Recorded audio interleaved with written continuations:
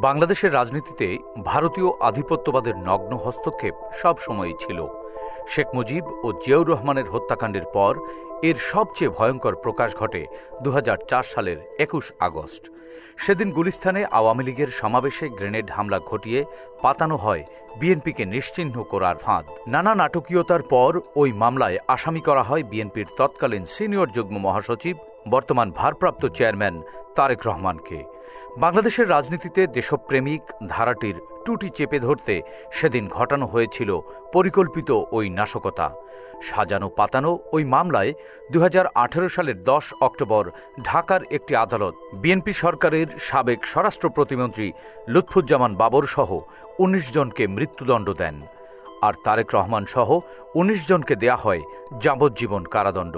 পাশাপাশি ১১ জনকে বিভিন্ন মেয়াদে কারাদণ্ড দেয়া হয়। মূলত ভারতীয় গোয়েন্দা সংস্থা র চেয়েছিল বাংলাদেশকে কেন্দ্র করে এই অঞ্চলের একচ্ছত্র নিয়ন্ত্রণ প্রতিষ্ঠা। সেক্ষেত্রে প্রতিবন্ধকতা ছিল বাংলাদেশের রাজনীতিতে দেশপ্রেমিক জাতীয়তাবাদী ধারাটি। এক্ষেত্রে আওয়ামী লীগকে তারা ব্যবহার করে দাবার গুটি হিসেবে। রবিবার গ্রেনেড হামলা মামলার আপিলের রায় দিয়েছেন আদালত। রায় তারেক রহমান সহ সব আসামিকে খালাস দেয়া হয়। আদালতের ওই রায়ের মাধ্যমে ন্যায় বিচার প্রতিষ্ঠিত হয়েছে বলে মনে করছেন সংশ্লিষ্টরা।